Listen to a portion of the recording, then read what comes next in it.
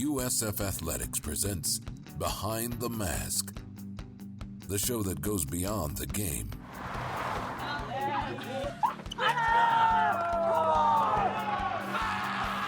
This month, USF honors civil rights activists who dedicated their lives to make our country just.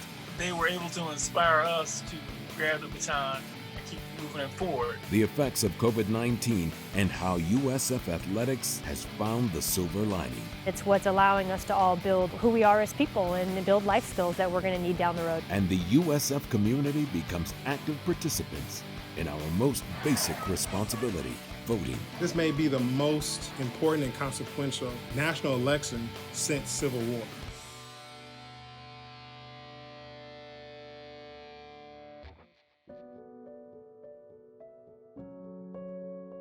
These are people whose lives were led to make our country more just.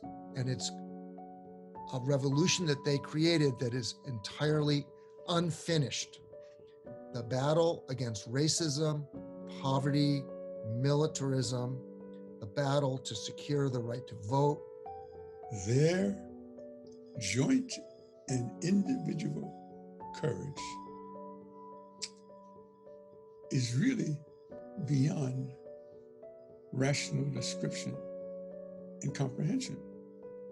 They knew that the fight is very long and very hard, but in order to make our voices heard and to have a seat at the table, even when things are seemingly on fire, they dedicated their lives to this, and they understood the power of one voice can lead to collective voices.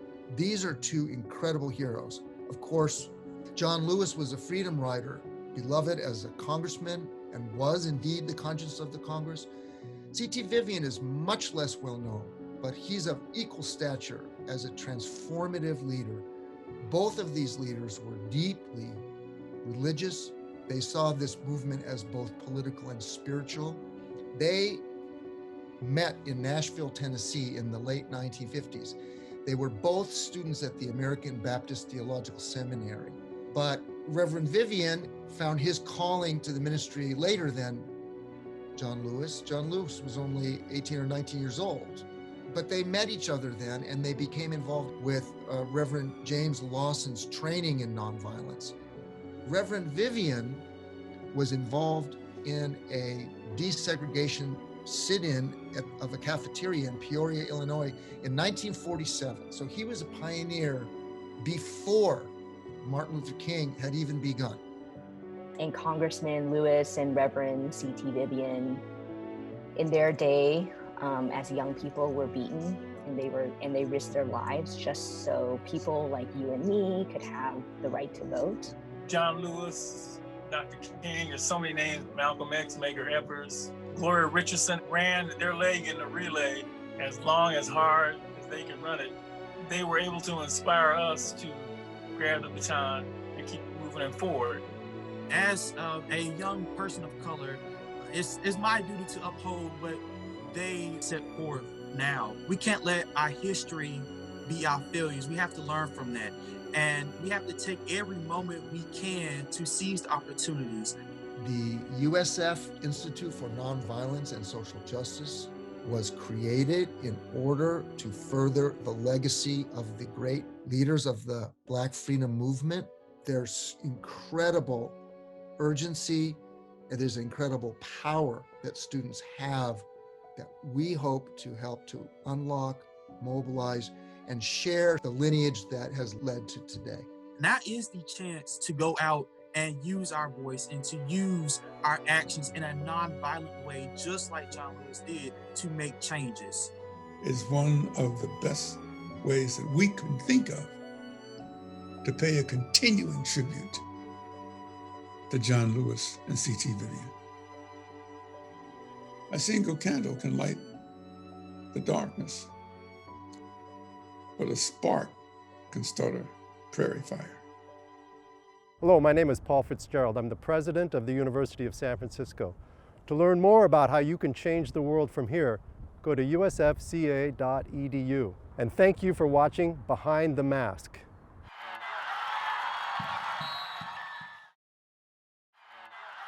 Time now for Dawn Spotlight. Welcome to Las Vegas and inside the Orleans Arena. Everybody's been battling all year for this moment. You win, you advance, you lose, it's all over. I remember being at the basketball tournament down in Vegas, and I was asked to be on a call with campus officials trying to determine what the next steps are, what they need to prepare for.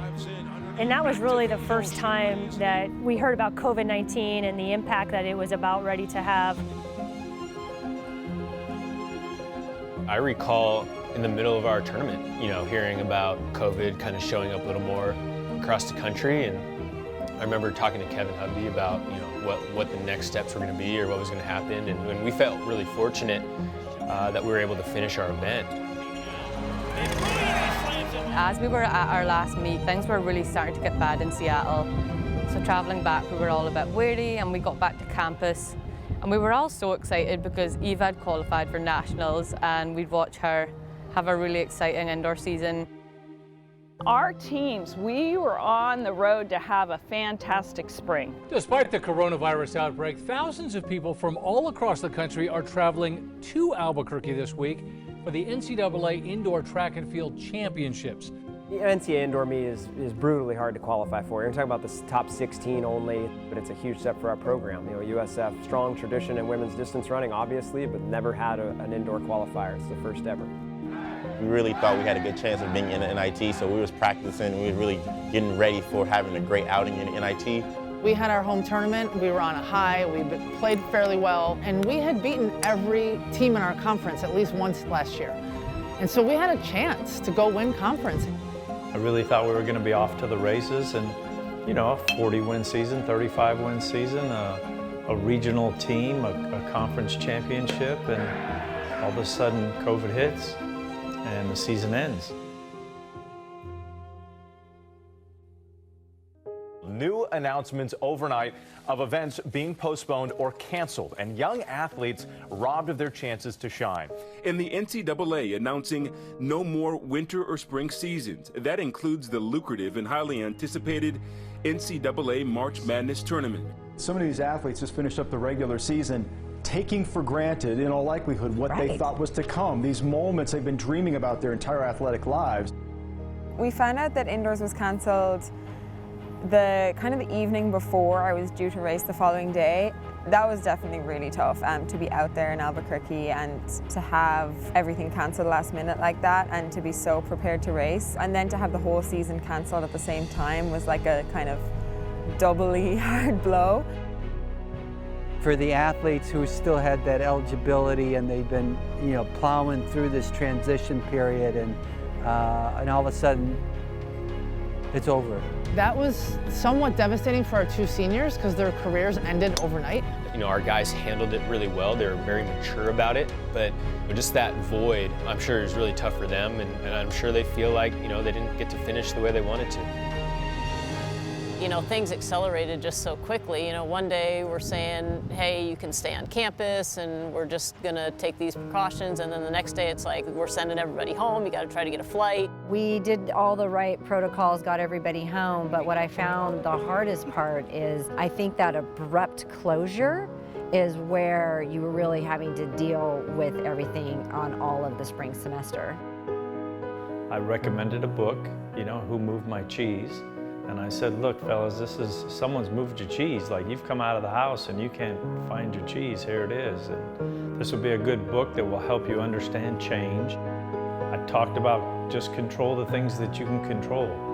You can't control this, so control the controllables, and we're gonna figure this thing out. I feel like our coaches did a really good job of really rallying their teams. The impact that they were able to have and their ability to keep everybody together, I thought was outstanding. The blessing in COVID, and I think everybody will agree, there were areas where we were able to step back and do things that we never would have thought possible. And I think one of them is the Zooms. We met every week on Zoom. We played online Pictionary as a team. We did all sorts of fun things. Like, I put the seniors in charge of some of the meetings. One thing that we were always telling the girls is being resilient. And how can we be better? We're better every single day. We can work on our mindset. We can work on not only physical training, but also connecting with each other. We tried to meet with them regularly, probably 3 or 4 times a week, just to kind of stay in front of them and to make sure they were getting the resources and the support they needed to be successful, not only academically, but really from a mental health standpoint. I thought it was really important because when you take something away from these guys, the social interaction of being on campus, and then the piece of basketball, that's really, you know, an hour to 2 to 3 hours of their life on a daily basis, and they weren't able to have that, it's really concerning. I mean, the whole online was crazy, talking to my coaches every day and figuring out how I was gonna work out, but there was no gym and no weight. So everything that I'm kind of used to or privileged, it just got taken away, and I didn't know who I was outside of this realm of basketball. I think people didn't realize it at first, what was happening and how much they were going to sink mentally and emotionally until a little bit later. I think the most important thing that I helped out with the athletes is creating a schedule. And in that schedule, it was important to also block in free time, friend time, and your workout time, your fitness time, your meal prep time, all that stuff. They'd be really proud to show me their schedules. They get real creative, color-coded and all this. And I found that the ones that really stuck to that, they were the most peaceful through this whole thing. June, you know, things were starting to look up. A lot of people were talking about how, you know, the heat of the summer would kill the virus and we'd be able to kind of get back to normalcy quicker. And the reality was, it just didn't happen. I felt really, really bad for our international student athletes that were at home because I had no answers for them. Coming up next on Behind the Mask. Part of what we tried to put in place for our international students, the logistical and emotional support to help these students pursue their educational dreams in the way that was best for them and their families. You know, it's hard to ever get any better at anything without being outside of your comfort zone. And right now, everybody, it doesn't matter what your position is, how old you are, everybody is outside of their comfort zone doing things they don't like to do. And it's what's allowing us to all build who we are as people and build life skills that we're going to need down the road. Behind the Mask, we'll be right back. We now return to Behind the Mask.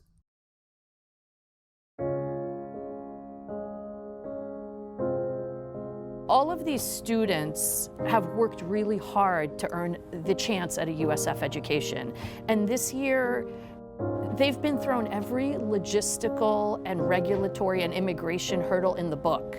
And the thing our team really wanted to do, the Center for Global Ed, ISSS, Immersions, is pull together and provide the logistical and emotional support that we could to help these students pursue their educational dreams in the way that was best for them and their families. I remember them working tirelessly, not obviously just for the athletes, but for every international student to try to come back to USF. It got to around June and July, and I was starting to think maybe I wouldn't be coming at all for the entire term. And obviously that was really stressful with the 8-hour time difference. It wouldn't be possible for me to do the Zoom calls, anything like that. I reached out to the international unit and they were absolutely fantastic in helping me travel directly back to the USA. They were so on top of making sure they knew everybody's travel plans. I had an individual Zoom call to make sure that my documents were up to date. I had a plan in place, and just to sort of talk me through the pros and cons of leaving and staying and what was safe. I applied for an emergency passport and then it got denied, and then I had like a full panic attack, and then I think it was like within one day Anastasia did research, figured out the laws, figured out the passport exceptions, and then because I've got a Canadian passport, I can come without a student visa. I thought, the responsibility was on me, but it was kind of like the school, like USF was kind of looking out for me and doing everything they could to get me here. Part of what we tried to put in place for our international students at a time when everything was changing so quickly for them, at least they knew there's always an anchor that they can come back to, ask questions, and from which they can get support. Because a lot of schools don't have that access or that resource to have someone like that and the connections that they have. And it's a really important factor because a lot of our team is an international athlete. And so if we didn't have that resource on our campus, I don't think half of our team would be here right now. For them to come in, move in the dorm, have to quarantine for 14 days in their room, they are so focused, so determined, so resilient. They're just persevering through it. Like, it's always hard when you have like a plan and doesn't go as you want it. And also today, 2 more conferences have announced that they will not have sports competing this fall. The West Coast Conference and the WAC both making that decision. I knew that even after Gina called me and told me that our season was going to be canceled, if I still had the opportunity to be on campus, I would. You know, everyone's in the same boat, and you just kind of have to keep putting in the work, knowing that you'll eventually get to race. I don't know if it'll be in a few months, if it'll be, 6 months from now, but no training goes to waste. It's definitely very, very obvious that USF prioritizes our health more than anything, which I think is really, really good, and they're showing us and they're proving to us that it actually means a lot more for one of their athletes not to get sick. Hearing about other people getting sick or having somebody close to you like get COVID, like you don't know where you can get it, you don't know who you can get it from. Like, it's not about me enjoying my season, it's about keeping like as many people safe as possible. We're following state guidelines, county guidelines, and then the NCAA has come out with some very good guidelines in terms of how to return to collegiate sport in a safe way. And it's all about really managing entries into buildings, making sure that we do everything as much as we can outdoors. We're making sure that the athletes know their responsibility in terms of wearing masks and how they're presenting themselves on campus, and then taking responsibility in terms of helping us clean. I mean, we only have so many people in the athletic department, and so it's really up to everybody to do their part. It's imperative. We want to be back. We want to come back. Everybody wants to come back. And we got to show respect for each other.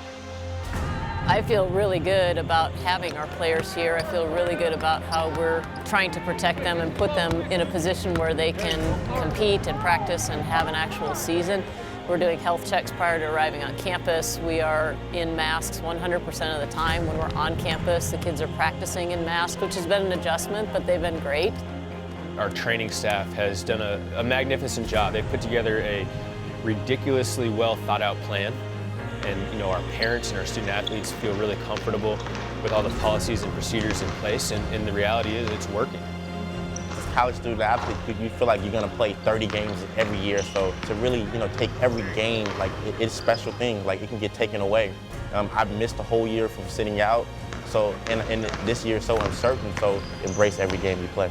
It's hard to ever get any better at anything without being outside of your comfort zone. And right now, everybody, it doesn't matter what your position is, how old you are, everybody is outside of their comfort zone, doing things they don't like to do. And it's what's allowing us to all build who we are as people and to build life skills that we're going to need down the road.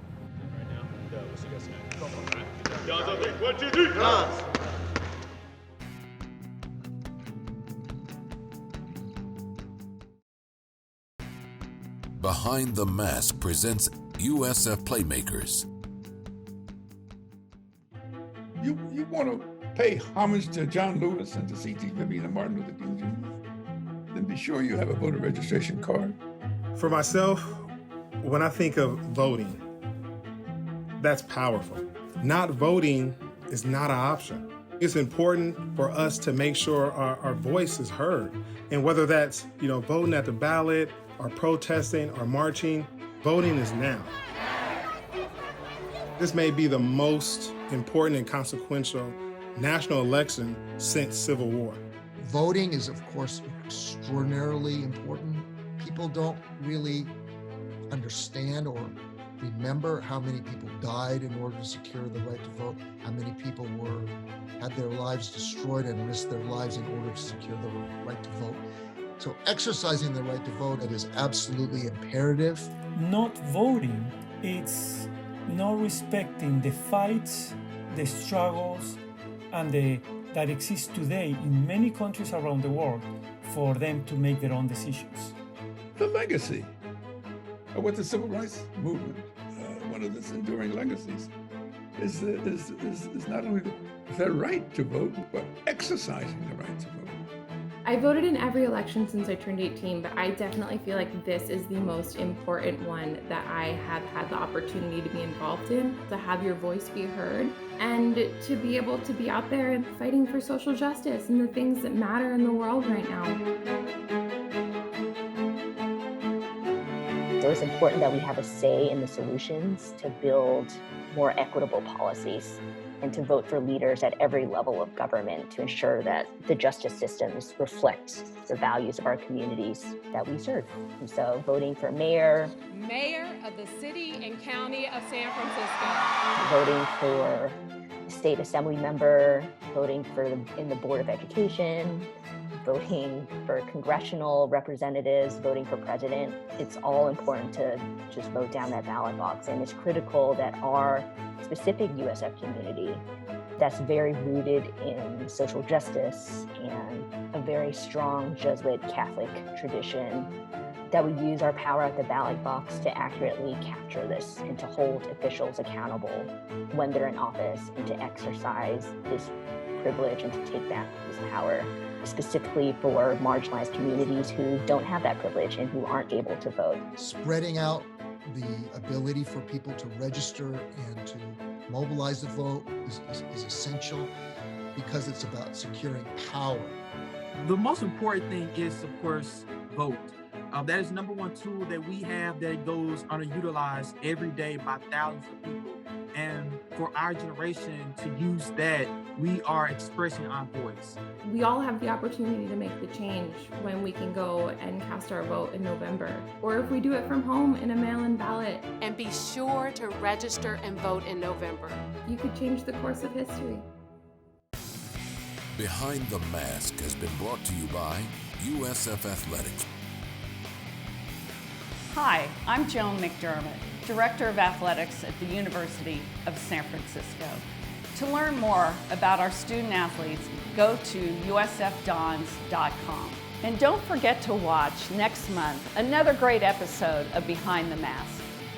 For Behind the Mask, I'm Chet Sisk. So long, everybody.